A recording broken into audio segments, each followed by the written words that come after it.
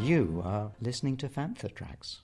Because of the following special program, Wonder Woman and the Incredible Hulk will not be presented this evening.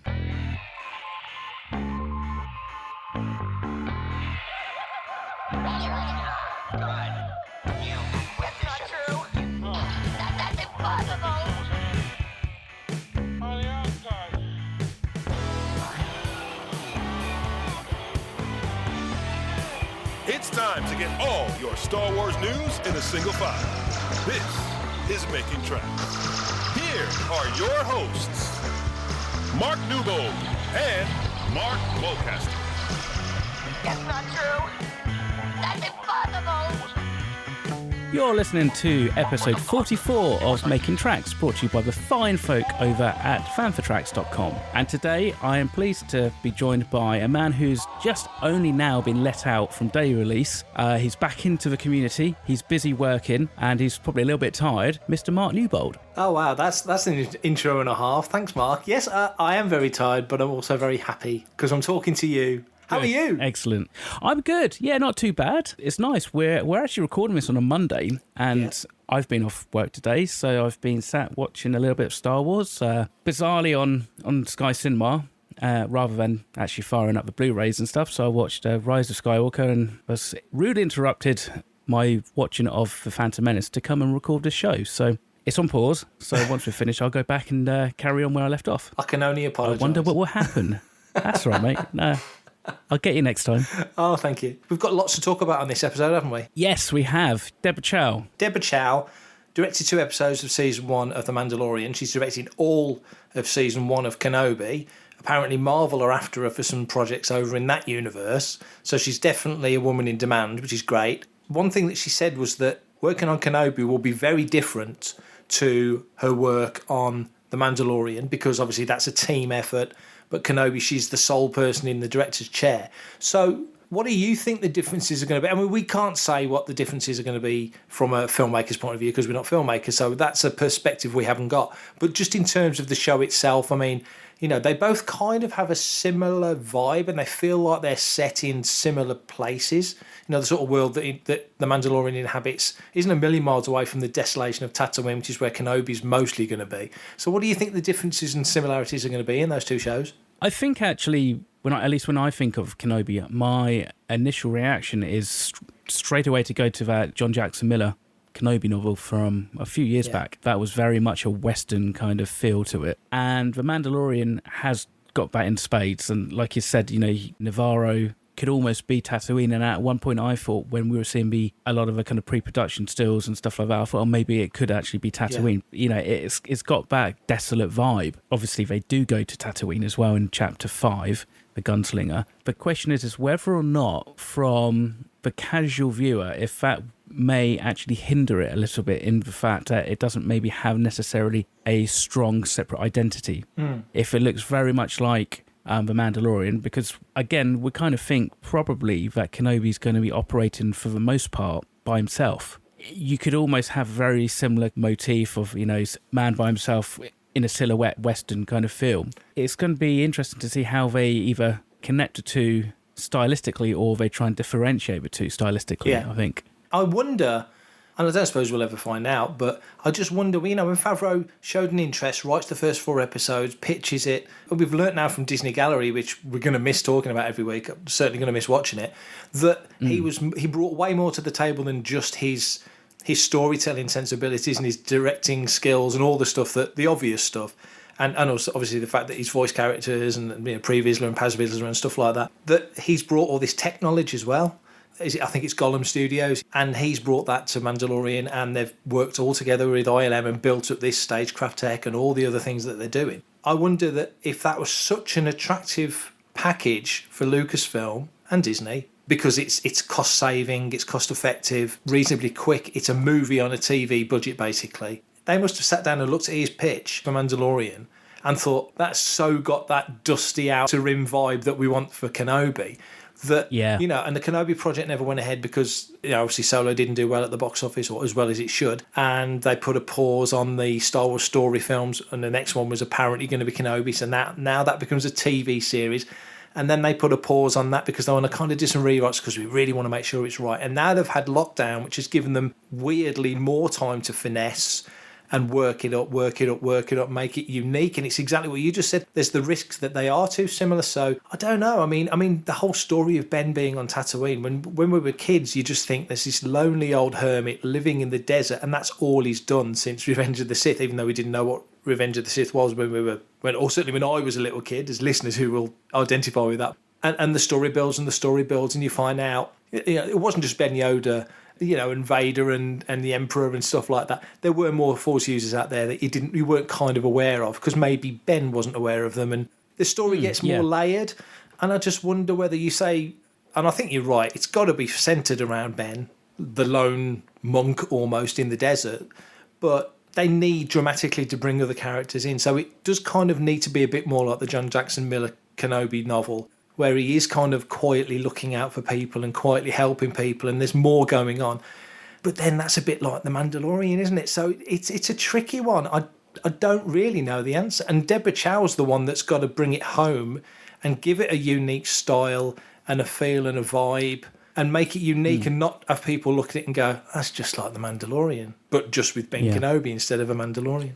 The question really has to be, it's like, where's the tension going to be coming from with Kenobi? Basically, he's been charged with keeping an eye on Luke. How much, from an episode-to-episode perspective, are we going to potentially see that hidden aspect of Kenobi who's looking out from Luke, but from afar? So he's potentially stopping, I don't know, Tusken Raider attacks before they've happened. Or could we actually see this kind of thing where actually there's times when Luke and Ben actually interact and either Ben doesn't tell Luke who he is and just helps him out. I mean, it'd be interesting to see if they actually go with a younger Luke, if they're actually going to bring him in as a character, or a bit like they did in Rebels. You see that episode with Kenobi versus Maul, and you just see a young Luke far off in the distance. I'm Anthony Daniels, and you are listening to Fantha Tracks. Well done. In the Kenobi story, Luke is Baby Yoda, isn't he? He's the one that's he's the one that's being protected by Ben in this instance, and in The Mandalorian it's Din Djarin, isn't it? So it's a similar kind of concept, which is why I think Lucasfilm, Favreau comes along with this great idea, but all this brilliant knowledge that Disney and Lucasfilm must think, this is amazing for this Mandalorian show, but my God, think what we can do with this tech in other avenues as well as Star Wars, Exactly. Which I think we talked about before, what other shows could you see coming off the back of that technology? They always said, and they kind of backed off on it in the prequels a little bit, but it was always said that Ben and Owen were brothers. Well, even in the Jedi novel, they said Ben and Owen were brothers, and then that kind of got retconned and changed. But there's definitely antagonism between the two of them. There's a bit of an edge between the two of them. That yes, definitely. You always get the sense that Beru kind of got on with Ben, but Owen certainly didn't. There's definitely history there, history that we've not experienced which yet. We might see in this. Which would be great, and bring Joel Edgerton back as Owen. I think that would be awesome. And I think maybe that's what you've got to do. You've got to start with Kenobi and extrapolate out. I think for many reasons, if it's too small a show, if it doesn't bring in new people, then it's not really, I think, satisfying or serving the wider Star Wars audience. It's basically quite a small story, which there's nothing wrong with small stories, because to be fair, the best Star Wars stories are always kind of like more concise, focused narratives. The impact of having, let's say, an Imperial garrison on Tatooine, what does that mean? What does that mean for Kenobi being able to protect Luke, or does he have to stay out of plain sight? Even the day-to-day stuff, which I think going right the way back to like Tales of like Mos Eisley Cantina, you have those stories of like just Ben having to go into town and go food shopping and stuff like that. And how does that play into it? And I'm sure Disney and Lucasfilm are looking at the success of The Mandalorian and then looking at how can we tie in things from A Mandalorian back into Kenobi and vice versa, so actually it becomes this connected universe. It just strikes me as he's saying that, thinking about the comparison between Ben as a hermit living in the middle of nowhere in a desert, and then Luke in Last Jedi living on an island away from everyone. And Ben is, like I say, he's in the desert. There's no water. He's probably got an evaporator. There's probably enough water for him, but and he's probably got a fairly logical little living arrangement there. It's probably perfectly livable. But yeah, you're right. He's still going to eat. Probably not a lot out there you can catch. It's probably not the most accessible place for that. Luke lives by the sea. You saw him go fishing. You saw him get his milk. The caretaker's there. So Luke even though he was in isolation and really was wanted to be left alone and die there, had more companionship than Ben did. So we think, point being, we've got this great opportunity. Like you just said, there's that history between Owen and Ben. It's one of those sort of things that you know, but you don't know how you know it, relationships. Yeah. From reading stuff way back in the day. Now we've got the chance to see why there's this edge. Ben would be the coolest uncle ever, wouldn't he? If he was your uncle, he'd be the coolest uncle ever because he's got all these great stories and he's a good talker and he's a friendly guy and he can calm situations down. He's actually a good bloke, but he's got this power which gets used however it gets used. So he's a more complicated guy than just that. Luke's going to be fascinated if he knows too much. Owen only wants to protect Luke. So, Owen's the greatest guardian, the best inverted commas dad that Luke could have hoped for because he just wants to keep him safe because he doesn't know too much, but I think he knows enough. And Beru sees a young boy who wants to, like any young kid on the Outer Rim, wants to get out and see a bit of the galaxy, and all his friends are starting to go off. When Luke's in his early teens, like Biggs was a bit older, and and all these guys start going, and and he's getting frustrated. I'm sure it's out there. They know the history, or at least they know what they were told. You know what I mean? They know enough that Luke's got a destiny, that we've got to keep him protected. They might not know Darth Vader's his dad. They know Anakin's his dad, Navigator on a space fighter and all this sort of stuff. Died in the Clone Wars. But I think there's enough there dramatically. You could tell a really interesting story and centre it around Dune Sea. Jabba's out there somewhere in Mos Eisley and Mos Espa and other settlements. But I think you can bring in new characters like Rogue One. We didn't know anybody in Rogue One apart from the characters on the Yavin base. And by the end of Rogue One, they were all dead. And I think with Kenobi, you could introduce a whole cast of characters that either move on and leave or don't make it and build a community. Ben could have had any measure of relationships in that time on his own. Plus, right at the end of Revenge of the Sith, when Bail Organa goes, they agree to separate the children. Bail Organa goes, Yoda says, Master Kenobi, one moment, a friend has reached out from the netherworlds of the Force. Qui-Gon, teach you to commune he will. So Qui-Gon could very likely be in the show as well because the connection's been made between him, the other side of the Force.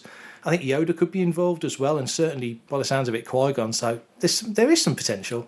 Yeah, there's definitely potential, and I think it would be quite fun to see if maybe Ahsoka swings by, if that works. Because that's the thing, isn't it? It's like, I always struggled, even right up to, I think, Rebels and stuff, to really reconcile with this notion that there are more Jedi out in the galaxy. To my mind, up until a few years ago anyway, I was quite happy to argue the case that, no, the only Jedi that are left were Luke, Yoda and Ben. And Leia, as we now know.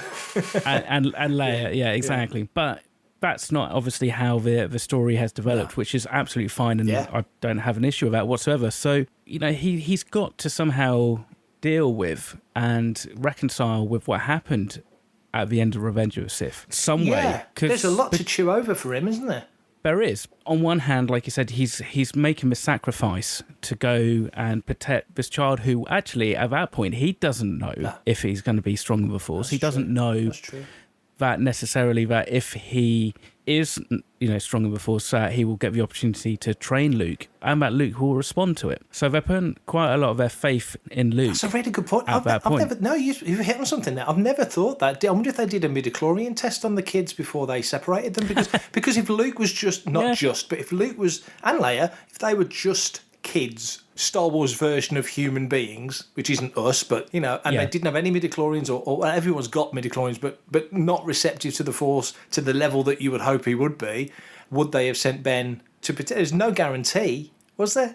No, there's no guarantee, and it's and so therefore you think there's got to be instances that either he hears of stuff that's happened out in the galaxy, and that's the other thing. It might be interesting to maybe, Kenobi does stay on Tatooine and he doesn't leave the planet, but he's got a network. He's developed this connection and this network to the wider galaxy, so that one of the things that happens is, yes, we do leave the planet, but actually we don't necessarily leave with Ben. We leave it via somebody else. And then we kind of get that broadening of the Star Wars galaxy with new characters rather than taking Ben off of Tatooine. I don't know if I think he would actually leave Tatooine. I'm not 100% sure.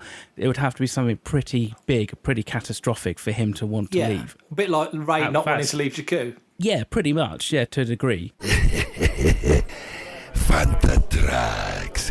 Hoodoo! Therefore, you kind of think that maybe that's how you do it. He's got to get news about the outside galaxy. He probably wants to make sure that he knows what's going on with Vader and potentially the Emperor to find out what they're doing, because all the time he's sat on Tatooine, they're basically amassing their power base. They're the ones who are getting stronger, and for all he knows, if he stays on Tatooine for 20 years, he could leave Mos Eisley, go up into the wider galaxy and find out there's actually 2,000 Sith running around.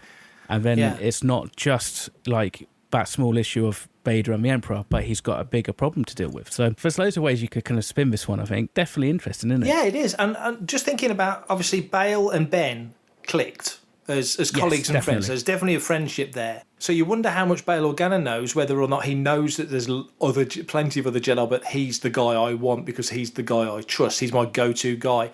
And also, the whole Fulcrum thing just strikes me that, you know, obviously Ahsoka's a Fulcrum, Cassian's a Fulcrum, and I think the Cassian show and the Kenobi show could have some overlap at certain points as well. Yes. They're not a million miles away in the timeline, I don't think. But I just wonder whether or not at some juncture Ben is a Fulcrum. I don't know. It's just a thought that drops into my head. Interesting. You know, because he's connected and he needs to. You've just said something that really got me thinking, is that if he is completely a hermit, completely isolated. I mean, when Lucas came up with the whole concept in the mid-70s, all the stuff that we now know in 2020 didn't exist. It's been built upon. But when you think about it logically, Ben might as well be living in a shed at the bottom of your garden. But clearly there's more going on in that house than we know and we can see. You know, there's every eventuality. There's probably got, you know, old ship parked at the back. Oh, sorry, General Grievous's old ship parked at the back. And you know what I mean? And all these different things that we never saw. Because why would he see it? Why would he know about it? You know, he could be more kitted out than we realise. As opposed to Yoda, who's going to Dagobah for a different reason. And I think Yoda went to Dagobah as penance. He was beating himself up about all of it. Yes. But Obi-Wan's there on a mission. So it's a different scenario altogether. Obi-Wan's not... Yeah. He agreed to do it. He could have said no, but he agreed to do it, and all part of the greater good and stuff. But Yoda was there because he was beating himself up. And under the dark tree to hide himself as well, because obviously he would flare up like a beacon now that most of the Jedi are dead. Yoda would emanate, wouldn't he? You know, if he was just on a regular planet, they'd sense him and they'd get him. He would. Yeah, exactly. Yeah, he would resonate, and I think they would know about it. Yeah. So. Like you just say, I think Ben's probably more... or could be more connected and would need to know. Like you say, you could get 20 years down the line when Luke suddenly decides, I'm off to the academy. And he was that close.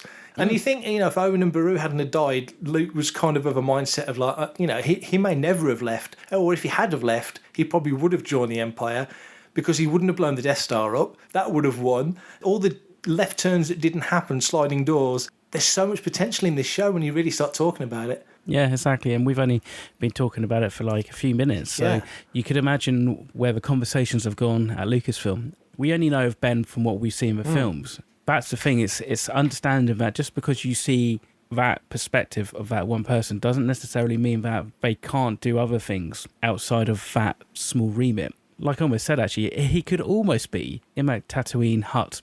Yes, you've got the nice little kind of lounge area where he talks to Luke and he's got a lightsaber, but the next room over could be a full kitted out communication system. Yeah.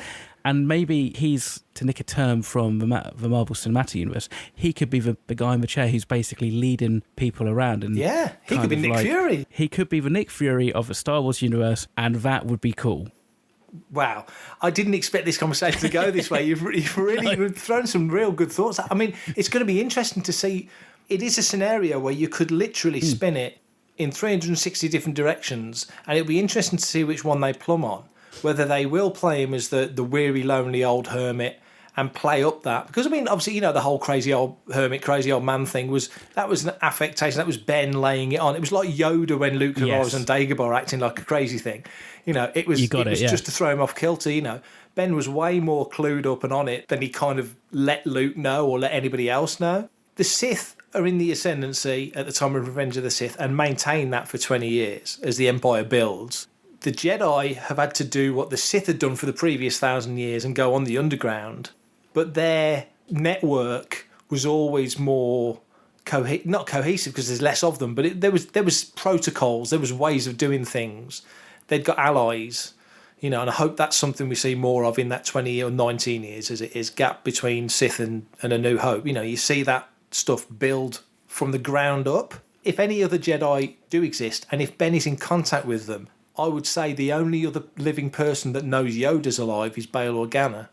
Yeah, that I think is probably a very good bet, I think, on that. There's kind of a notion that, yeah, he doesn't want to be found. He's definitely not going to let people know about it. And I think Yoda being Yoda, a bit like we saw in Rebels, he will reach out to those he wants to contact. So like he did that with Ezra and Temple and stuff like that. That's what Yoda will do. And Yoda's got the strength to do that. Ben probably hasn't, so therefore he's got to get his information differently and stuff. But yeah, it'd be great to see this kind of connection between Bail Organa and Obi-Wan Kenobi. Yeah. Just because I suppose in some respects you've got the two different opposing aspects of like the galaxy. You've got the super, super rich and, you know, the political senatorial stuff going on with Bail Organa, but then you've got Ben Kenobi on the Outer Rim out in the middle of nowhere. How hard is it for Bail to actually be able to communicate openly with Kenobi? And obviously, Kenobi's got to witness all the corruption and the inequality that happens in these kind of really poor regions. It could be just a really interesting kind of juxtaposition between the two separate worlds. Well, I think here's another point then, to connect two other projects together. Bail, Jimmy Smits, who I really hope comes back in some form. Yeah. And he's the right age as well, because the age difference, you know, between the films and the shows is about right. But the thought that Jimmy Smits, Bail Organa, could be talking to Obi-Wan, connecting with Obi-Wan, keeping him informed, and vice versa. But also, Bail Organa almost certainly is going to be in the Cassian show as well. And so you think Rogue One was that sort of desperate mission, doomed success or failure because they don't live. And Bail Organa's involved in that, and you see him in Rogue One, so you kind of know he's going to be in Cassian because it's sort of 5 years before leading up to Rogue One and all the stuff, early days of the Rebellion. I love what you say, because it goes back to what Shmi said at the table. Oh, the Republic doesn't exist out here. There's no laws out here, you know, and Ben's on that exact same planet. So he'll see the rough end of the galaxy, but there's every chance that, because it could be kind of one note if it's all just set on Tatooine or all just set in that part of the Outer Rim.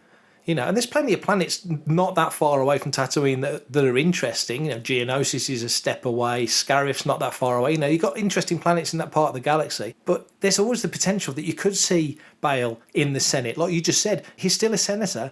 Leia is a senator. You could see a young Leia at this point. This is where you could see a young Leia. So, you know, there's lots of other characters that you could... It really actually expands... Really, I thought this is going to be a 10-minute segment. We've been talking for half an hour. You know, there's so much potential in this show. Like there is Cassian. You see people on Twitter going, "Oh, whoever asked for a Cassian show," which is like the most insipid thing to say. It's like, really, if you think whoever asked for Star Wars, full stop. Precisely. So but you know, if you think that, if you think Cassian show is literally just, well, that'd be fine by me, because I think he's my favourite Rogue One character. So if it was literally just about Cassian, I'm all in anyway, because I think he was brilliant. But I think it's going to be about that era, that formation of the rebellion. But Cassian's a bit like Ben, in that you see Attack of the Clones, and it's like, Ben, you go off to Camino, you bring this Jango Fett back, or you go to Geonosis and you do this, and he's the guy that they send out on all these cruddy missions. Poor old Ben in the piddling rain with his hood up, you know, talking on the, you know, to the old folks' home and all that sort of stuff. You know, so he gets all the lousy job. Cassian's the same. Cassian's the poor guy that has to go and has to bump off his friend because, you know, they can't afford to have him captured and tell them that the rebels know about the Death Star, so he has to shoot him. Tivik, isn't it, at the start of Rogue One? Yeah, you know, that's right. And all these things, and they're actually quite similar in that they're the James Bonds, aren't they? They're on the bleeding edge. Totally, yeah. But they're on two contrastingly different bleeding edges, because Cassian is the one who's trying to actively bring down the Empire and obviously help, guess to an extent, form or at least kind of create a foundation for the rebellion, whereas Ben's putting his hope not necessarily in the rebellion and a terrorist organisation, but he's actually putting it in all his stock into one person and saying, right, this child is going to be the one who's going to change the balance of the galaxy. Hey man, it's me, Kevin Smith, Star Wars fan, Fantha Tracks fan. So basically, good luck, Deborah Chow. You've got either a nightmare or an absolute dream on your hands. I think this could be an absolutely stunning show. Whichever way they go. You said something about half an hour ago.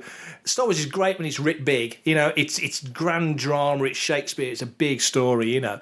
But in a similar way, I'm going to say the ST words now, in a similar way to Star Trek, when they get down to the characters, when it's sort of character interaction and it's a small story. You know, to me, that scene in Phantom, I don't know how far through Phantom you were, when Qui-Gon and Anakin, Jar Jar, Shmi and Padme sat at the table having the meal, Jar Jar scooping up apples with his tongue and all that stuff, and they just have that little conversation about the galaxy. That's every bit of Star Wars to me as the Battle of Naboo, or, you know, Maul versus Qui-Gon and Ben. You know, it works in its tight stories. It's a world building moment, isn't it? It is. It's interesting because also it's what Deborah Chow says and was talking about also was the fact that the difference between The Mandalorian and Kenobi is that with The Mandalorian, as we saw in the gallery, you had Jon Favreau, who's very much the showrunner, who's built this stable of creatives that have brought his vision to life. Whereas obviously in Kenobi, it's down to her. She's a director on all the episodes. So she's going to have a singular voice, and that is going to then create a clearer direction, maybe for the production, and may actually bring in different elements that we're not thinking about, different elements from Deborah Chow's background and her experience. So it's definitely an exciting time. It is. I'm as excited for her as a director as anyone because of what she did with Mando. Looking back at the 8 episodes now, takes place over a fair chunk of time. And my head tells me that Kenobi will be a bit more end of episode 1 will lead into episode 2, end of episode 2 will lead into episode 3, or chapters, maybe they'll call them chapters like Mando. And it will be more of an ongoing storyline. But maybe not. Maybe Kenobi will be the same. And the only reason I say that is because they've decided to pick one director to run that whole 6 or 8 episodes per season. And I can't imagine there being many seasons of Kenobi. I'm in my head thinking 1, maybe 2, because how big of a story can you tell? But, if we've got one director, and if she directs season 1, she'll probably direct season 2. So she's doing that whole thing. It's going to have that consistency and flow. Whereas The Mandalorian season 1, you had the Filoni episode, and then you had the Rick Famuyiwa episode with the Sandcrawler, and then you had, you know what I mean? And they all had their own kind of feel, but the music made it feel the same. Just the look of it was just gorgeous. And one last thing before we step out of this conversation that's gone on for 27 minutes longer than I thought it would.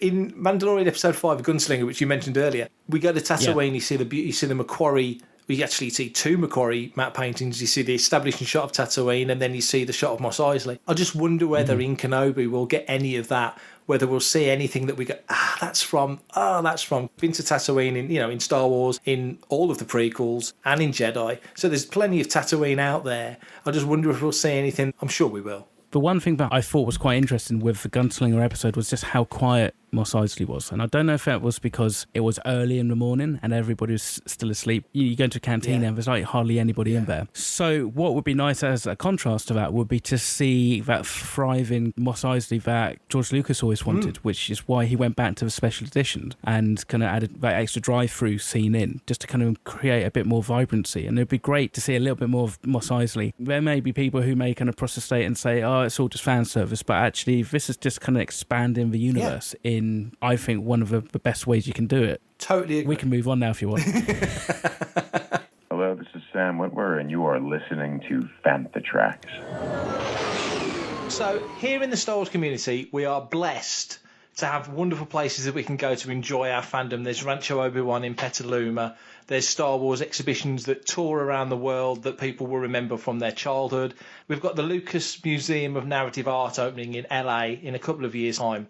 But ahead of that, and equal to it, is something that people are starting to hear about now. It's called the Zuveum. It's dedicated to the star of The Force Awakens, Constable Zuvio. And we're fortunate enough today on the show to be joined by Martin Keeler. You may know him from #Cantina at Star Wars Celebration Europe and in Chicago as well.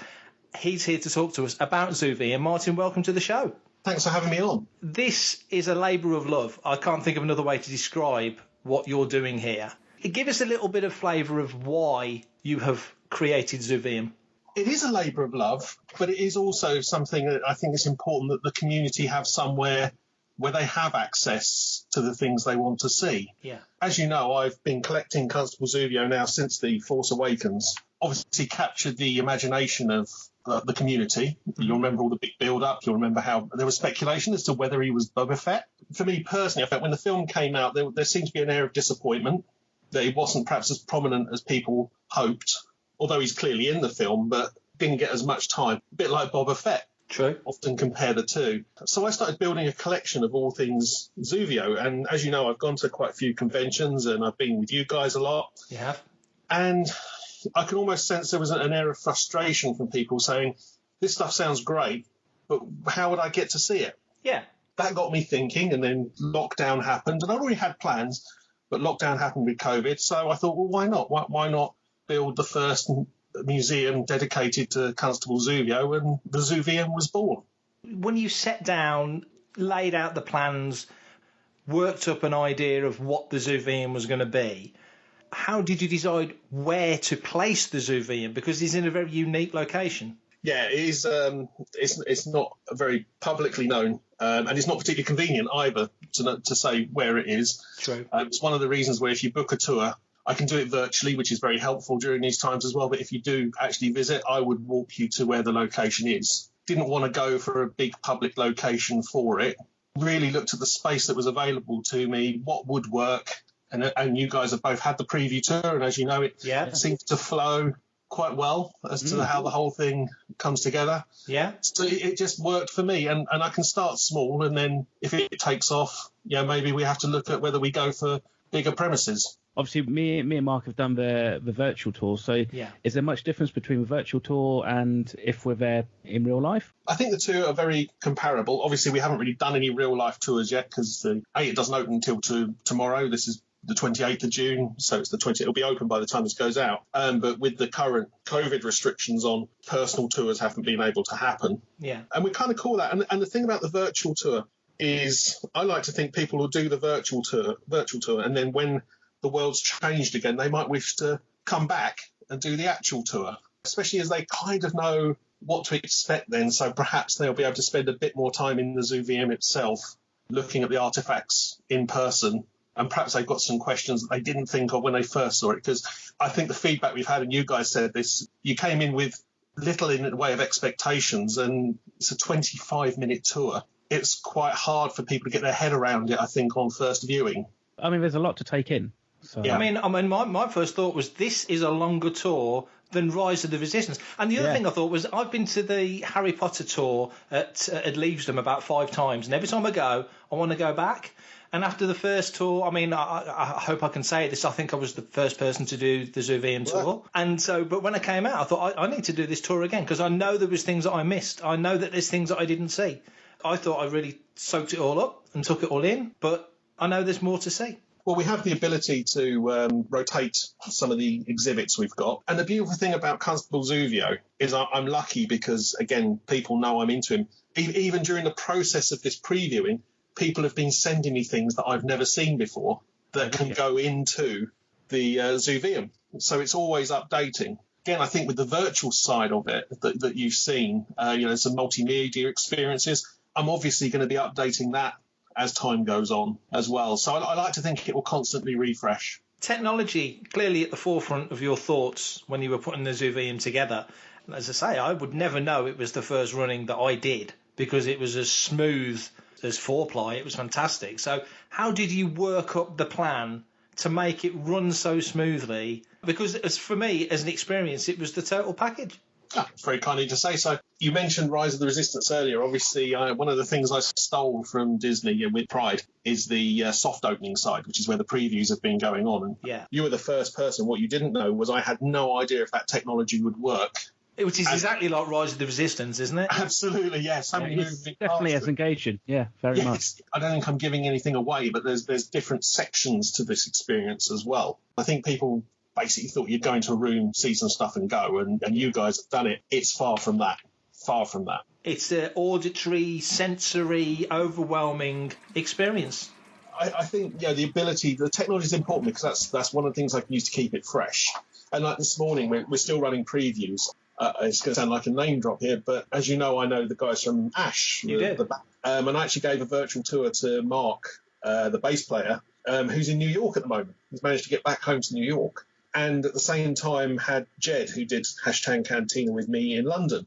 Really what I was testing was to see if having more than one person and an international element to it would break the technology. As we probably all knew, it made no difference whatsoever. I take it that means that you're hoping that you're going to get visitors from all over the globe. Yeah, well, it is for everyone. I want to stress it's not something anyone pays for. I think that's quite important to me. It's an experience for the fan community. Therefore, I can imagine I will have to stagger how we do this. But yeah, we're hoping, and we're getting a lot of demand already. We haven't even gone live, and thanks to you guys to sharing the press release. I actually looked at today was the first day that I fired up the Instagram account, so I've literally posted nothing on it until today, other than created an account, and it's got 54 followers before I even posted anything. One thing people will definitely ask is, once they've done the tour, once they've watched the video, once they've entered the Zuveum and done a 360 and taken it all in and soaked up all the atmosphere and then step away, you know, when you're at Disney or you're at Rancho or you're at LDAC or you go anywhere where there's a Star Wars presence, you generally exit through the gift shop. Somewhere down the line, will there be Zuveum collectibles? Like I say, you want a memento from this unique experience, which I know I'm going to do the Zuveum tour again in the future, because I know things are going to change as the collection expands and more information comes in. You know, it's a repeat thing. But I know that at some point, short of having a tattoo, I'm going to want something from the Zuveum, you know, to take away. So what are your thoughts? Where are you thinking to take this? So that has been one of the constant bits of feedback. I didn't expect people to think of things like merchandise, which looking back at it is mad when you think of what my Star Wars is. But, you know, I'm very conscious of intellectual property, etc.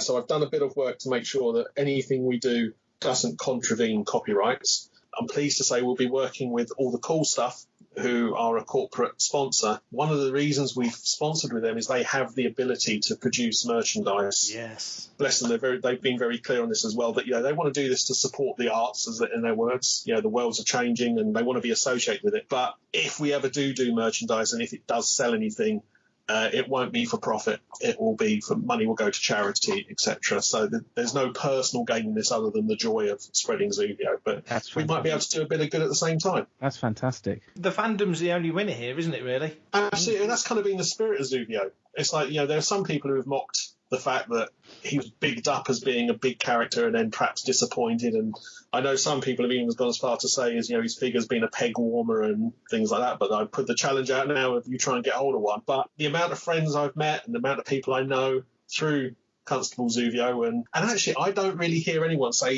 he's no good. They all say he's actually a really good action figure. It's a really good concept. You know, why didn't we get more? What would you want to say to people to, one, entice them to tour the Zuveum, and two, what their takeaway would be? I assume you want everybody's experience to be unique, because this is a very individual, personal tour. Well, number one, come and find us online. Mainly the Facebook page, I have to say, is where the hub of things are at the moment. There's Zuveum on Facebook. I'm sure you'll put links and everything in there. People can find it. I know Fan Track's been very supportive, so thank you very much. But I would say go in with no expectations, and then I'm pretty confident we'll beat that.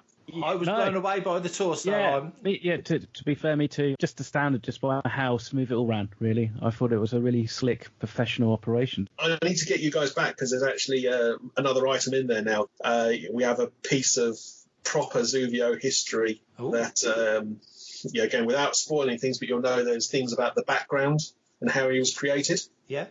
I have further documentation in the Zuveum about his creation. You tease. Martin, thanks so much for being our guest and telling us all about Zuveum. I know we will talk about it again on the show. I'm fully expecting people to phone in and email and call us and let us know what they really, really think about this. But for the time being, Martin, thank you so much. Thank you. Okay, that's all for episode 44 of Making Tracks. If you want to be a part of the action and stay updated on all the latest Star Wars news, visit fantatracks.com or check out the Fantatracks app through the App Store to follow us on your mobile device. You can reach out to us and send in your listeners' questions by emailing radio@fantatracks.com. You'll notice this episode we haven't done a listener's question because we had a monster conversation about Kenobi and the Mandalorian, and obviously Martin and the Zuveum. So next week, hopefully, more listeners' questions. Please continue to send them in. Comment, like and share on any of our social media feeds at Fantatracks, and be sure to subscribe, leave a review, please, 5-star reviews and lots of them, on Apple Podcasts, Google Podcasts, Spotify, or your podcatcher or smart speaker of choice. Mark, I'm going to let you go so you can go back to watch the rest of The Phantom Menace. Yes, I'm excited. I can't wait to see if Anakin Skywalker wins that pod race. I'm not going to spoil it for you. You're not? I'm not. Mate. Cheers. Great. Brilliant. I'll see you next episode. Take care. Coming up next on Fantatracks Radio, it's another episode of Making Tracks. Yay!